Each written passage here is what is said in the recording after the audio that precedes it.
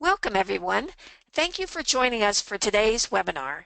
My name is Cynthia Saver, and I'm the Editorial Director for American Nurse Today, the official peer-reviewed journal of the American Nurses Association, and for Wound Care Advisor. Today we're presenting skin damage associated with moisture and pressure, tips for how to differentiate, and goals for protection and management. Our speaker is Linda Moore. Linda has been board certified as a wound ostomy continence nurse since 1979 when she completed training at Emory University. She maintains current certification as a CWON and is an independent nurse consultant. I'd also like to acknowledge and thank our event sponsor, ConvaTec. ConvaTec is a global medical products and technologies company that concentrates on therapies for the management of chronic conditions, focusing on advanced wound care, ostomy care, continence, critical care, and infusion devices. Visit them at www.convatec.com, C-O-N-V-A-T-E-C. Just a little housekeeping before we get started. Today's webinar presentation will last about 45 minutes. The last 15 minutes will be reserved for audience questions. For questions, please use the chat function of your dashboard.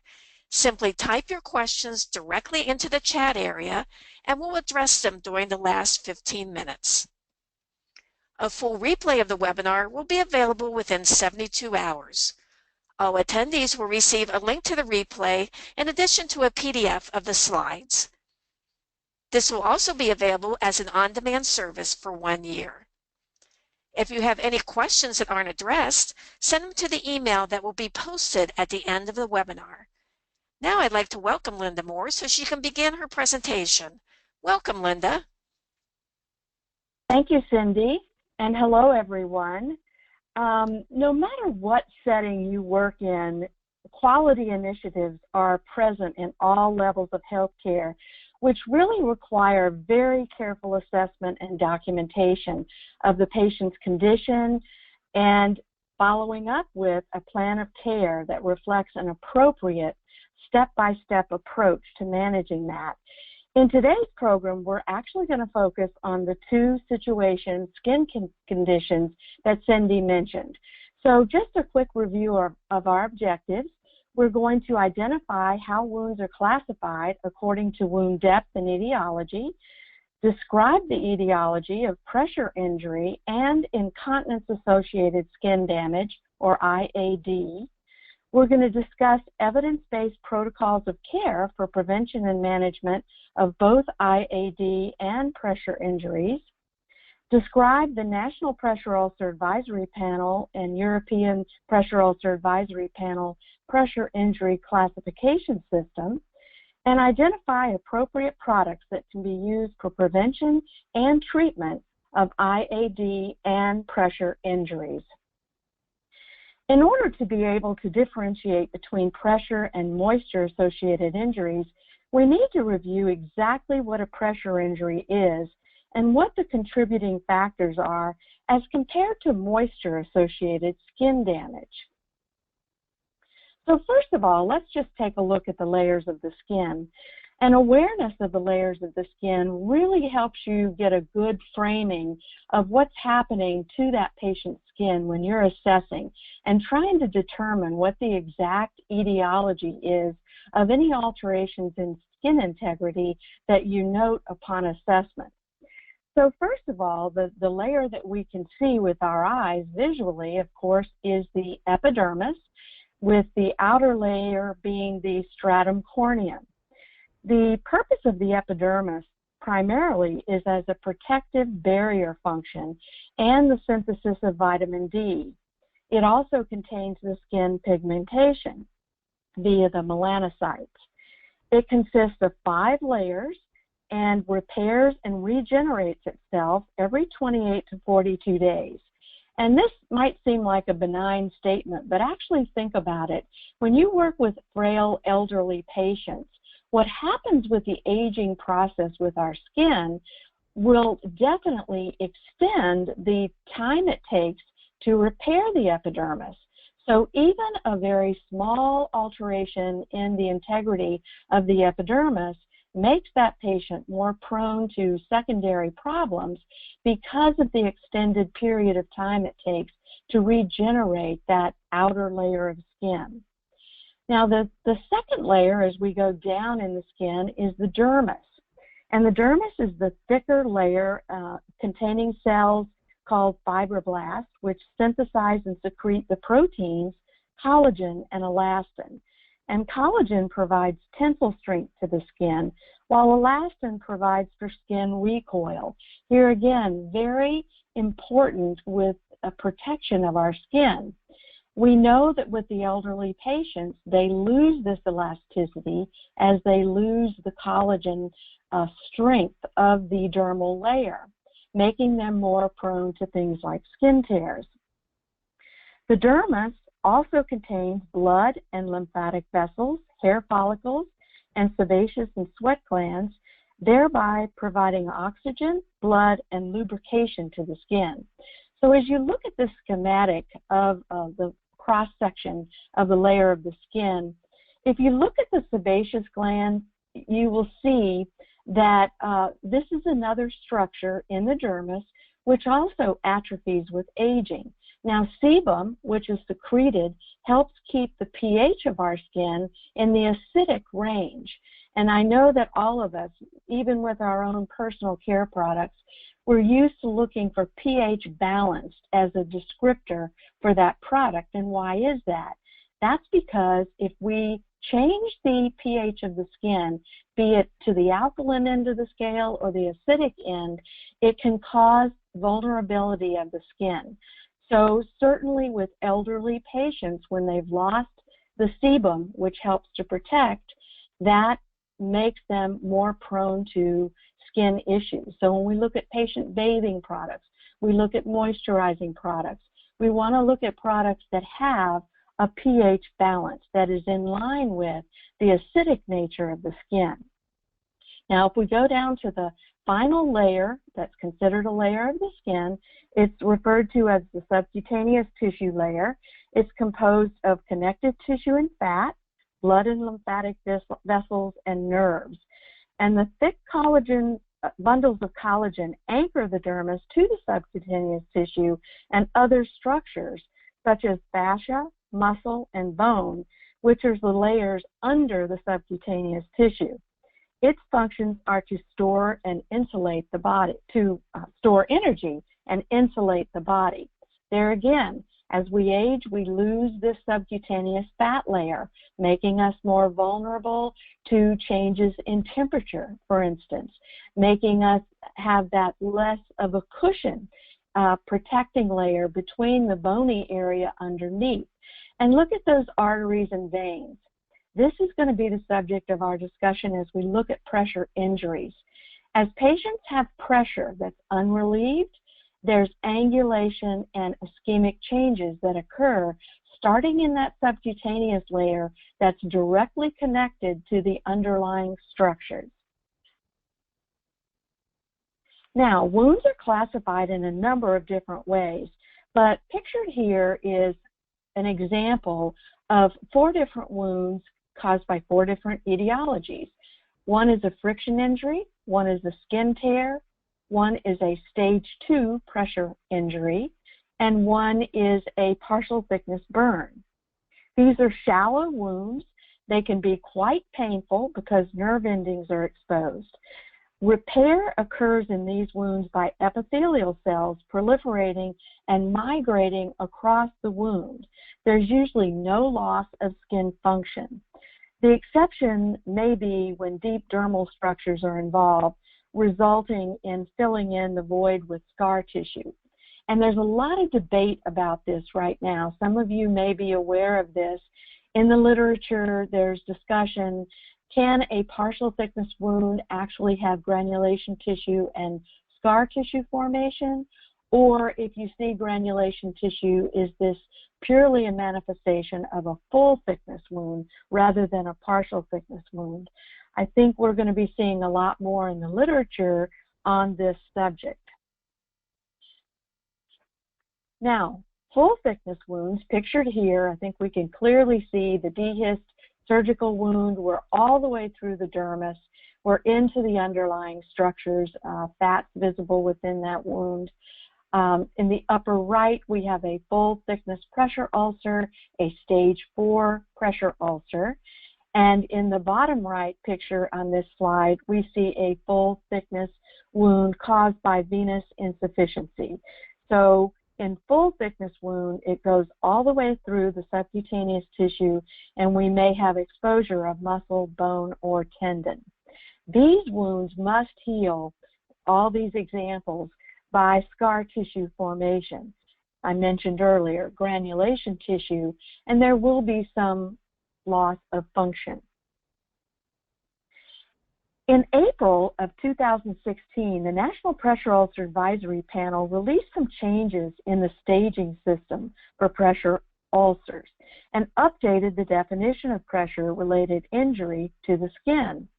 Because stage 1 and deep tissue pressure injuries don't involve an open wound, it was decided that the new terminology would be injury rather than pressure ulcer.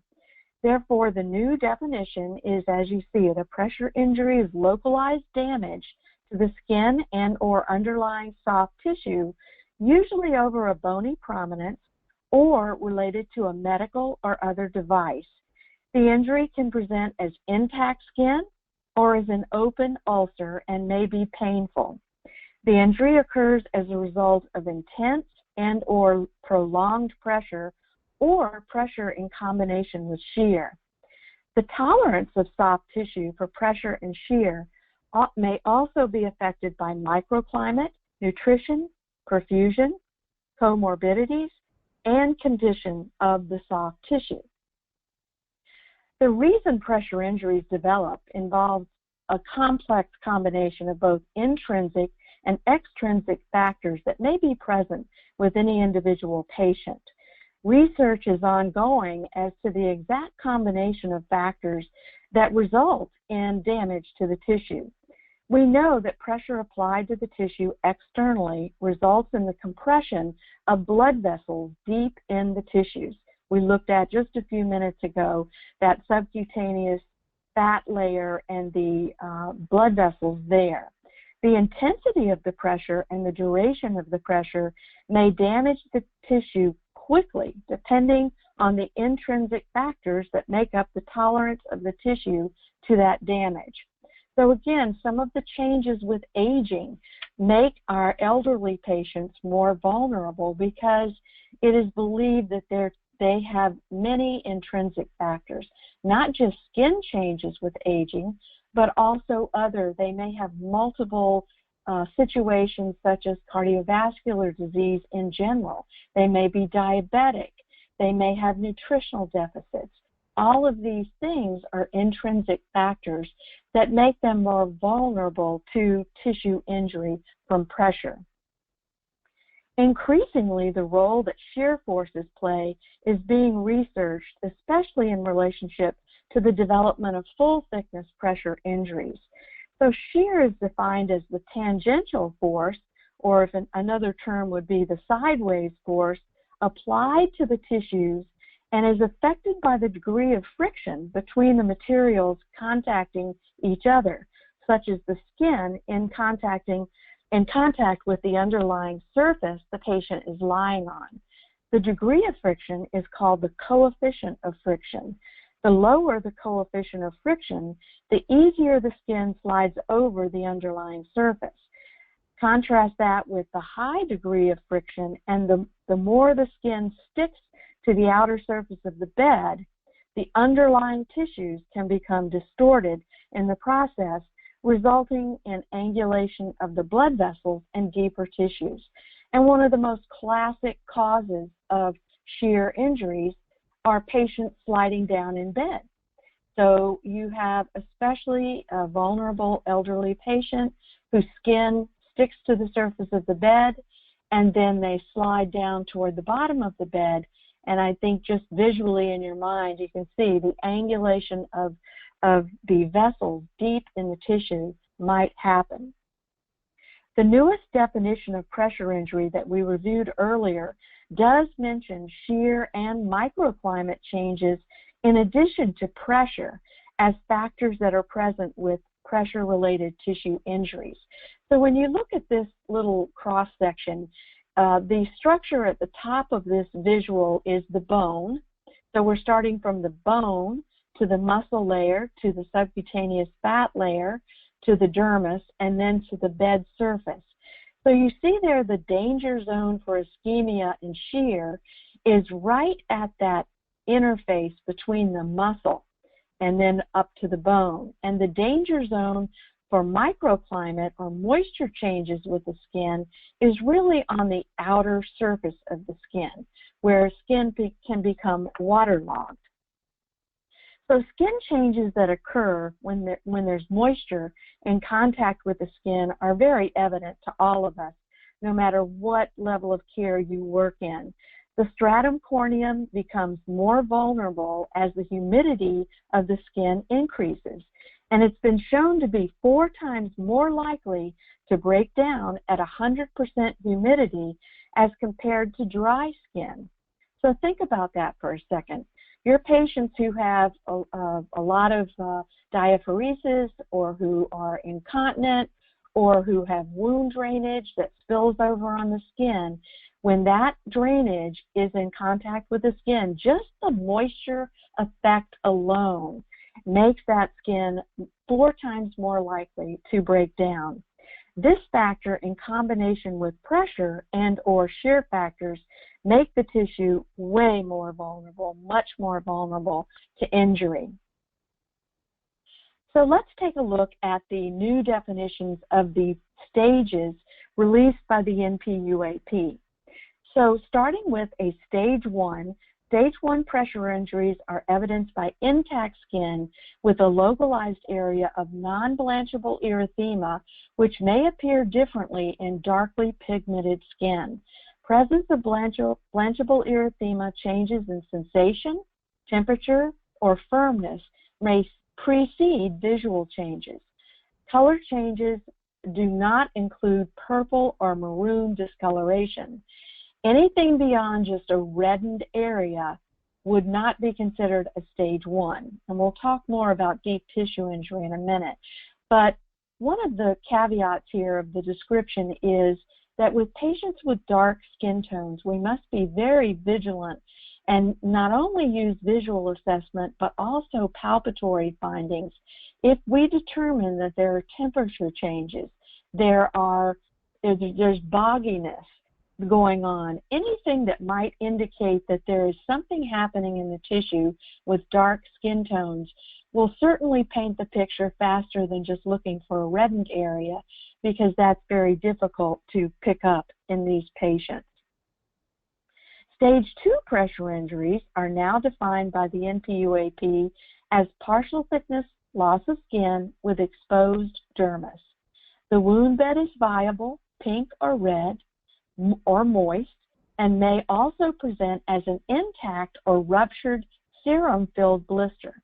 Adipose or fatty tissue is not visible, and deeper tissues are not visible. Granulation tissue, slough, and eschar are not present in a stage 2 pressure injuries. These injuries do commonly result from adverse microclimate and shear in the skin over the pelvis and shear in the heel. So, as we've mentioned, changes in microclimate and shear definitely do contribute. And this stage should not be used to describe moisture-associated skin damage, including incontinence-associated dermatitis, intertriginous dermatitis, medical adhesive-related skin injury, or traumatic wounds like skin tears, burns, or abrasions. Only wounds that are identified to be directly related to pressure should be included here. Stage 3 pressure injuries are full thickness loss of skin, in which adipose or fat is visible in the ulcer, and granulation tissue and epibole, which are referred to as the rolled edges of epidermis, that are associated with a full thickness wound are often present. Slough and eschar may be visible in a full thickness wound. The depth of tissue damage varies by anatomical location, and so areas that have significant layers of fat can develop deep wounds, while areas that have small areas of fat may be full thickness, even stage 4 pressure injuries, even though they're only millimeters thick, such as the bridge of the nose or the occipital area due to a long OR procedure. There's very little fatty tissue on the scalp, and so that patient may have actual bone exposure, but it's very, very shallow. So we can't just say, well, it's very shallow, it's just a stage 2 or something like that. We have to look at each and every alteration in skin integrity and really identify what's the tissue that I'm actually looking at. Don't just go by depth. So, stage 4 pressure injuries are full thickness skin and tissue loss with exposed or directly palpable fascia, muscle, tendon, ligament, cartilage, or bone in the ulcer. Slough and eschar may be visible. Again, the epibole rolled edges may be visible, and there might be undermining and tunneling. So in a stage 3, those deep underlying structures are not exposed. But in a stage 4, they often are. So this particular finding is something that I think we all know of 4 when we see it. Sometimes there's a little bit of gnashing of teeth, and I think that over the years the NPUAP has been redefining these stages so that it makes it a lot easier to determine which is it, a 3 or a 4. Now the next stage is unstageable, so we're going to take a closer look at that. Unstageable pressure injury describes a pressure injury where the base of the wound is obscured by necrotic tissue with full thickness skin and tissue loss. The extent of tissue damage within the ulcer can't be confirmed because it's covered by slough or eschar. Once this necrotic tissue is removed and we can see and visualize the base of the wound, then we can determine whether it's a stage 3 or a stage 4. Now, there is further definition here regarding eschar. Stable eschar, that is dry, adherent, intact eschar with no erythema on the surrounding skin or fluctuance when we palpate that area on an ischemic limb, is considered a dry, stable eschar and should not be removed by debridement, any form of debridement. It's sort of considered the body's own dressing, if you will. And the reason for this is many patients who develop, even though this develops due to pressure, unrelieved pressure on the heels in particular, often these patients also have ischemic disease. It might be just arterial. It often is both arterial and venous ischemic disease. Therefore, opening these edges makes this patient very prone to infection. So if it's dry and stable, the rule of thumb now is offload and protect. Don't start debriding. However, take a look at that heel on the left. That eschar is not stable. This is loose, soft, spongy. The edges are open. We can just see visually that there is maceration because of fluid draining around that wound. This is a wound that would need to be debrided. Now let's get into the discussion about deep tissue pressure injury. It's defined as intact or non-intact skin with localized area of persistent, non-blanchable, deep red, maroon, purple discoloration, or epidermal separation revealing a dark wound bed or a blood-filled blister. Remember, in stage 2, you might see a serum-filled blister, but if there's blood in that blister, as you see here in the picture on the right, that indicates angulation of blood vessels deep in the subcutaneous tissue which in all likelihood reflects very, very deep tissue damage already. Pain and temperature change often precede color changes. Discoloration may appear differently in darkly pigmented skin. This injury results from intense and/or prolonged pressure and shear forces at the bone-muscle interface. And note here that the term suspected has been dropped from this updated definition. Findings would reflect that you assess and would be staged as deep tissue injury, or DTPI. If you see it, it's not just suspected, it is deep tissue pressure injury. Now, deep tissue pressure injuries may evolve rapidly to reveal the actual extent of tissue injury or may resolve without tissue loss. If necrotic tissue, subcutaneous tissue, granulation tissue, fascia, muscle, or other underlying structures are visible, it does indicate, of course, as we just described, either a stage 3 or a stage 4 wound, depending on what you're seeing. So pictured on this slide is an example of what can sometimes happen. The patient was admitted, the lower picture on the left, on admission, the patient was assessed. This deeply discolored area on the sacral coccyx area was noted. The patient was placed on a high-level pressure-reducing surface.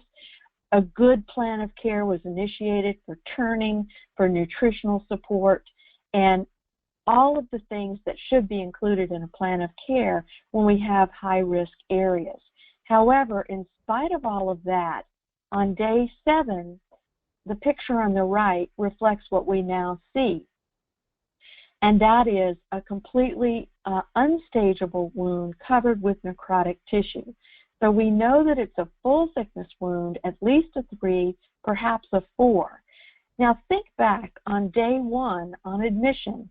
Had we just called that area as stage 1, and then on day 7 it had evolved to what it really was on admission, and that is deep tissue changes. So it's critical that we pick up on these on admission, because that would certainly not reflect well on quality measures if we had called it a stage 1. So by calling it a deep tissue pressure injury, we now have that on the record that we did also initiate a plan of care, but it went on to evolve into what it was originally. We do not use deep tissue pressure injury to describe vascular, traumatic, neuropathic, or dermatologic conditions, only for injuries primarily caused by pressure. So where are deep tissue injuries located? You see here pictured the primary sites. We've already looked at the heels and sacral area, the major locations. And here's another example for you of noted on day 1, this deeply discolored area. You really see a lot of the blue, the purple colors visible there. And on day 10, it is a completely covered area with eschar, obviously full thickness tissue damage related to pressure. So a lot has been written and published about pressure injury prevention strategies, and really in this program today it's beyond our scope to review all the elements of a plan of care to prevent skin damage from pressures. There's just so many articles and textbooks and pamphlets and guidelines that have been established on this subject that you can easily access online. The National Pressure Ulcer Advisory Panel, the European Pressure Ulcer Advisory Panel, and the Pan-Pacific Pressure Injury Alliance did release a comprehensive review of approaches to prevention and treatment of pressure injuries in 2014, and the cover of that is pictured here for you. If you are in a position in your facility where you are responsible for establishing plans of care and working with other staff and teaching regarding pressure injuries and prevention and management, I would highly recommend that you obtain a copy of these guidelines. So pictured on this slide is a broad category illustration of some of the major areas we must address when we're setting up a plan of care for prevention. And number one, in the very center there, as always, is reducing pressure and shear forces. We must do this. We must support good nutrition, eliminate sources of friction, keep the skin clean and dry, but at the same time moistened and hydrated and not dried out. We have to reposition patients who cannot move regardless of the surface they are lying or sitting on. These are some of the major factors that we need to cover in a plan of care for each and every patient that we're working with. So let's take a look at moisture-related damage terms. Now that we've updated the definition of pressure injury, there are several terms used to describe moisture-related skin damage, and some of these have been around a long time, very familiar to you. Diaper dermatitis or diaper rash is really a skin condition affecting the area where a diaper will cover. And we do have high-level absorbent products today that make it easier for us to wick fluid away from the skin level, and certainly these are the types that should be used. But frequent checking of these and cleaning the skin on a regular basis, applying protective products to the skin are still a part of the care plan. Perineal dermatitis is skin inflammation limited to the perineal area as a direct result of urine or stool exposure. Moisture-associated skin damage, or MASD, is the term you'll see in the literature now that describes injury to the skin caused by repeated or sustained exposure to moisture, but not necessarily just urine or stool. It might be perspiration, it might be wound drainage, it might be leakage around an ostomy product. These are all possible examples of moisture-associated skin damage. An erosion is a denuded area where you have epidermal and dermal loss resulting in a partial thickness wound. And intertrigo is dermatitis associated with perspiration in a skin fold or a crease, and it's often accompanied by friction. So let's take a closer look. This is a term, I know you've all seen this condition, but it's now being more described in the literature. Pictured here is a common appearance of intertrigo. In this instance, in a skin fold caused by an abdominal pannus, creating a fold over the inguinal area. Intertrigo occurs when moisture is trapped in that skin fold, and it's worsened by the movement of the skin in opposite direction. There may actually be a linear break in the skin or a fissure in the skin, and bacterial or fungal overgrowth is often also associated in these areas. When incontinence of urine or stool is present, frequent checks to maintain dry skin is a key goal to prevent this condition and keep the area dry and protected. The use of barrier products, there are cloth, textile materials to wick moisture away from the area, and certainly if we can keep the skin folds apart, promote the circulation of air, all of those things can help. If the patient complains of itching, that can often lead to scratching, and then scratching leads to excoriated areas on the skin. So these are all things we want to try and avoid with our patients. So incontinence, both urinary and fecal, present challenges in terms of skin care. In critical care areas especially, one study found that 33% of patients in intensive care units are incontinent of stool. In another study, that was 17.6%. And Junkin and Selikoff found in a 608 patient study that of the patients who were incontinent, 42.5% of the incontinent patients demonstrated some type of skin injury. So we've already established that moisture can lead to skin damage, but certainly patients who are critically ill have a much higher risk of having problems in this area. And this is just a look at the moisture subscale from the Braden Pressure Ulcer Risk Assessment Tool. It's not specific to incontinence, but to all sources of moisture. And as we reviewed, urine and stool may increase the risk of loss of skin integrity and pressure ulcer or pressure injury development, particularly in the sacral and gluteal area.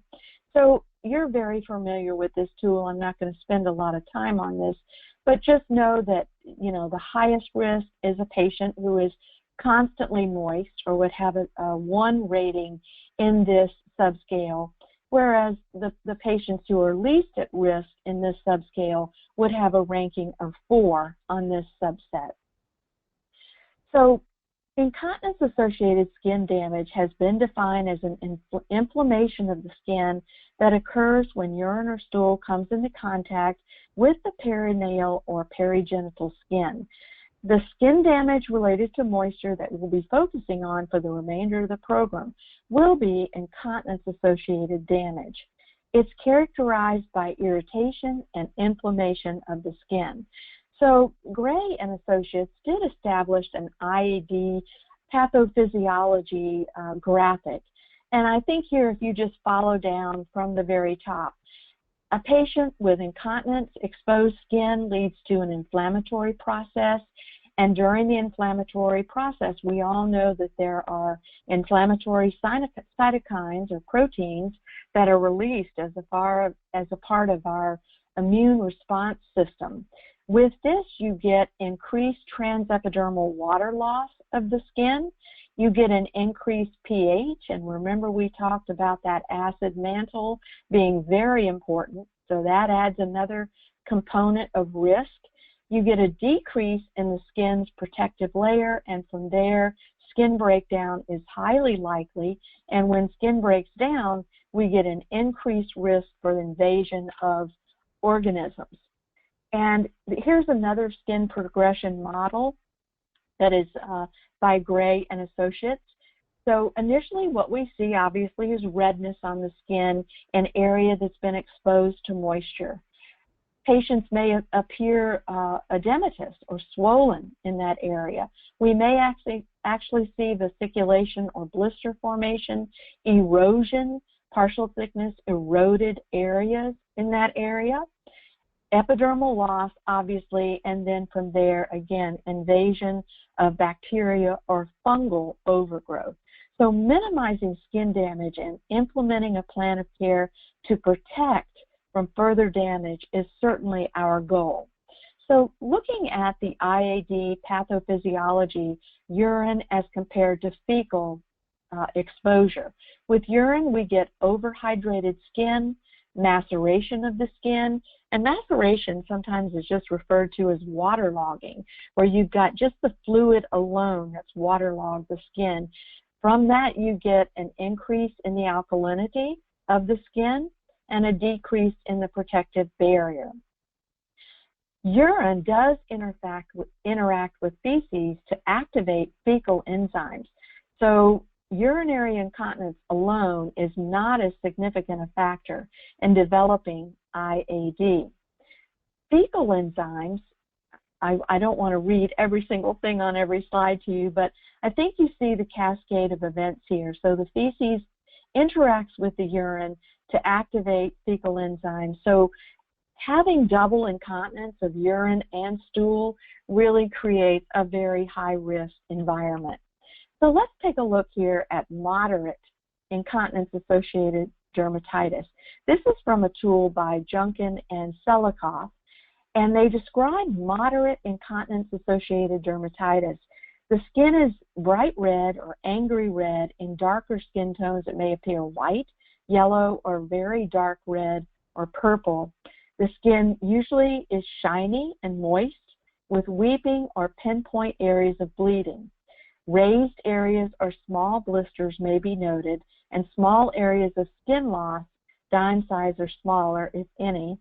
This is a painful area if the patient can communicate pain verbally, and frequently, as we know in the cleansing process, even nonverbal cues of pain may be easily picked up.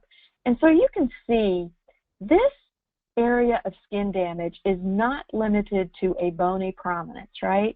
This is clearly secondary to a large diffuse area of the body covered by moisture.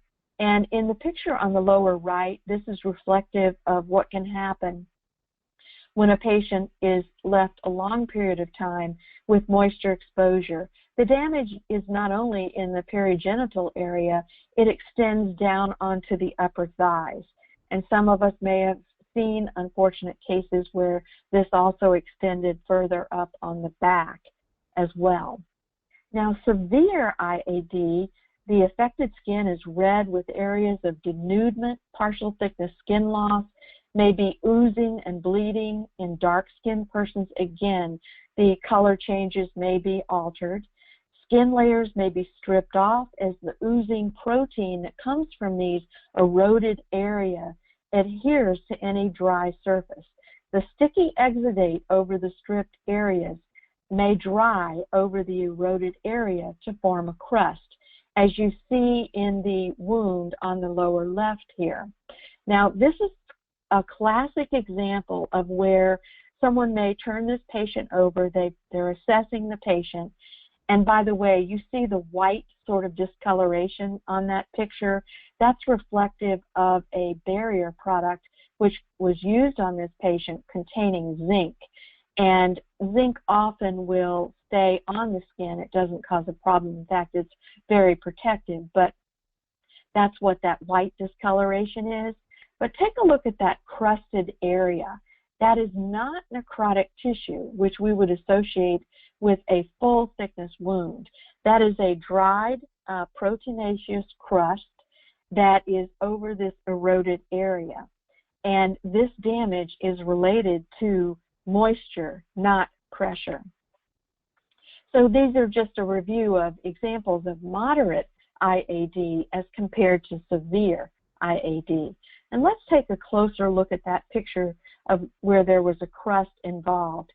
It may initially look like a pressure-related injury, but this isn't related to pressure. Again, this is just a scab, not an eschar. Eschar is reflective of denatured protein in deeper tissues, full-thickness ischemic changes in a full-thickness wound. So just want to call that to your attention. You see numerous eroded areas that are clearly opened and oozing on this patient.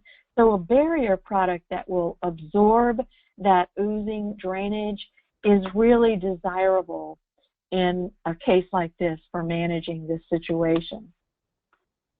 Now, the photo on the left here shows an area on the buttocks that is red and inflamed, excuse me, and covers a diffuse area and with several raw eroded areas, which is irritation due to urine and stool contact. The areas on the right don't have any other associated redness, no diffuse areas. These are due to friction, likely in combination with pressure over bony prominences. So you see there's a contrast there between the overall appearance of the skin in those areas. So, incontinence-associated dermatitis or pressure ulcers? Let's just review the etiology and other factors related to each. IAD is continued exposure of urine or feces or both. Usually it's on the buttocks, obviously, or the perineum, upper thighs, skin folds. It's a diffuse area. It's not a subscribed, excuse me, sorry, I'm going to take a sip of water here. Hopefully that'll help. The color of IAD may be red or bright red. The depth is partial thickness. It's limited to the epidermis and or the dermis. There's no necrotic tissue present, and it can be painful and have itching. Contrast that with pressure injuries, which the etiology is ischemia from pressure, or pressure in combination with shear. The location of a pressure injury is circumscribed and usually over a bony prominence or related to a device that has been applying pressure on the skin. The color can be red to bluish or purple with the deep tissue injuries that we looked at. The depth of a pressure injury can be partial or full thickness or deep tissue injury. Necrotic tissues such as slough or eschar may be present, and these areas may be painful. So let's take a look at a classic example here of why this is not so clear-cut and easy for us. Here is a large area that has redness, even deep tissue appearing changes, because we've got bluish. It's beyond just redness, right? And we also have an open area which has a yellow tissue in it. So what is your assessment? The wound has clues that indicated that it is caused by pressure and shear forces. Increased microclimate and temperature may also have played a role in the development of these changes. But using the information that we reviewed in this program, you see there's a large area of deep tissue injury clearly over the sacral coccyx area, upper buttocks area. There's erythema and bluish discoloration of the skin. And the arrow on the right there is a shallow wound covered with yellow debris, which we describe as slough. And you note that there's a brighter inflamed area around this area containing the slough. Now, if you just saw the reddened area without the slough, it might be even more confusing, but keep in mind where the area is. Note that there's no skin changes, no erythema down near the rectal area, which you would really expect if it was a moisture-related skin damage. So this is an area that is related to tissue injury associated with pressure injury. Now, I mentioned earlier diapers really want to avoid occlusive products, want to use a high-level absorbent product if we're going to use a diaper on a patient, something that will wick the fluid away from the skin. Consider using a toileting program, getting the patient up to the toilet, if at all possible, considering their situation, their overall physical condition. Also considering containment of fecal incontinence. Containment devices are available both in external application, such as the FlexiSeal fecal collector pictured on the left here, or an indwelling insertion, such as the FlexiSeal FMS Signal for bedbound patients with liquid stool. With all these products, do carefully follow manufacturer's instructions for use when using them. And urinary indwelling catheters are used for urinary incontinence, but as we all know, with efforts to decrease the incidence of CODI, we really don't want to use indwelling catheters unless medically justified, and then discontinuing the use as soon as possible, depending on the patient's condition. So keeping skin clean and dry, moisturized and protected is a key challenge in preventing breakdown from any source. ConvaTec does have a complete line of cleansers and protective products, starting with patient bathing all the way through incontinence cleansing, waterproofing ointments, and so forth, as well as a complete line of wound care products. A new product from ConvaTec you might not be familiar with is launching very soon in March, and that is an incontinence wipe. I'm sure you're familiar with these. This product is called SensiCare Skin Protectant Incontinence Wipe, and it's an 8x10, very soft, skin-friendly pH, fragrance-free product that does contain 3% dimethicone, helpful for protecting the skin from damage. Another product that's used a lot for protecting the sacral area from sources of shear are foam dressings. ConvaTec does make a product called Aquacell Foam, which is a multi-layer product, waterproof on the outside. It has a soft, cushiony layer of hydrofiber inside and a gentle silicone adhesive layer for adhering it to the skin. So some of you are probably very familiar with this product, not only for protecting of at-risk skin, but also for wound management. The product is moisture vapor permeable, and because the silicone, the adhesive is silicone, you can easily lift this dressing to assess the skin and place it back down when you're using it for protection of at-risk areas. We talked about shear injuries and coefficient of friction. The outer surface of the dressing is very, very slick. So not only can you wipe off urine or stool if the patient's incontinent, but you can also easily see that this will slide easily over the bedclothes and not cause sticking. There's a newer dressing in the Aquacel line, and that is the Aquacel Pro for protection. This one has the silicone adhesive layer all the way over the surface of the dressing. And both Aquacel Foam and Aquacel Foam Pro can be used for protection of intact skin or for the management of wounds. And the unique characteristic about this particular foam dressing is the inclusion of the hydrofiber Aquacel layer, which vertically wicks fluid into the dressing, locks it there, holds it there, and helps prevent peri-wound maceration in the case of a wound being present. So we've reviewed the major identifying characteristics of moisture compared with pressure-associated injuries. So when assessing a patient's skin and alterations in skin integrity, examine all possible sources of skin changes so that you can appropriately identify the actual cause of that alteration in skin integrity and set up a plan of care to deal with it.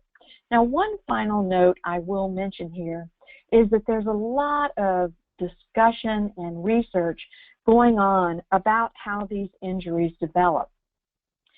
So the topic of whether superficial and partial thickness wounds have the same etiology as full thickness wounds is leading to speculation that perhaps stage 2 pressure ulcers shouldn't even be included in the future as a pressure injuries. These partial thickness wounds seem to be more associated with friction and moisture rather than with pressure and shear forces. In contrast, full thickness pressure injuries seem to start at the bone-muscle interface where ischemic changes initiate a cascade of tissue injuries that result in necrosis and loss of tissue. So the discussion now is, are outside in being superficial damage or inside out the real culprit? Is it inside out damage that's really pressure related? So keep your eyes and ears open as you look at the literature for more discussion and more research on this topic. And also, as we all know that have been nurses or in the healthcare industry for any length of time, the NPUAP is constantly tweaking based on research and the literature into the subjects and all subjects related to this topic. So we will probably have even further redefinition of the stages going forward. So this concludes our program on how to differentiate between moisture-associated injuries and pressure injuries. And Cindy, I'm going to turn it back over to you now for any question and answers we may have. Thank you, Linda, and thank you for that excellent presentation. We do have a question. When using indwelling fecal collectors, we find there is often seepage of the stool around the device. Should this be happening, or is it a device problem? Well, that is a question that comes up quite a bit, Cindy. I've heard this before, and when you think about an indwelling fecal collectors, these devices are made out of silicone. They're very soft. Of course, when you place it into the rectal valve, you inflate a balloon with fluid, and our number one goal is to protect that area. We do not want to cause pressure-related tissue injuries to the rectum area. And as a result of that, the materials are soft. And so if we were to go in and put a cork or a plug in the rectum, we'd stop the fecal incontinence, right? But we would create a major problem for the patient. So we definitely can see with these devices, even when they're working correctly and properly, not only a little bit of seepage around the device, while the vast majority of all fecal material that's liquid goes through the device, we might see some seepage. Each manufacturer has their own instructions for the management of these devices, and sometimes recommendation regarding regular irrigation, making sure that the device is properly in place in the rectal vault might be given, and also the use of barrier types of products just immediately around the rectal area to protect against any irritation that might happen if there is some seepage. But this is something that is not uncommon with these devices. Great, good to know. Our next question is, you talked in the presentation about the role of shear in developing pressure injuries. What are some of the best ways to reduce shear forces? Well, this also is a topic that has a lot of research going on, as I mentioned, but certainly the number one way that we can reduce shear for our patients is to avoid allowing them to slide down in bed or in their wheelchair. So proper seating if they're in a wheelchair and a pressure reduction device in the chair, or if they're bedbound, keeping the head of the bed lower than 30 degrees, not having the head of the bed up higher than that, if at all possible, given their cardiac and respiratory status, is a major way that we can help. If the patient's capable of using their upper arms and extremities and overbed trapeze so they can lift their buttocks off the surface can also often help. Being very careful when we transfer patients to the bedside toilet or to a wheelchair so that they're not sticking to the surface. And sometimes getting our physical therapy department to help us with that. They have some really nice devices for making it easier to transfer and avoiding skin sticking so that the patient slides more easily. The use of dressings, I did mention, has been increasingly found to be helpful for areas that are prone to shear, such as the heels and the sacral area. Certainly offloading the heel area is very important, making sure that they're not pushing any more than necessary with their heel against the surface of the bed. All of these things can help in reducing shear forces. Great, those are some great suggestions. Well, we are reaching the end of our webinar. If you have any additional questions, please send them to the email listed on the screen, scholar@healthcommedia.com. I'd like to thank Linda Moore for her wonderful presentation today and also our sponsor, ConvaTec. Please look for details for our next webinar on April 25th, Winning the Battle with Skin Tears in an Aging Population. Thank you to all of our attendees. It was a pleasure being with you today, and we hope to see you next time. Goodbye.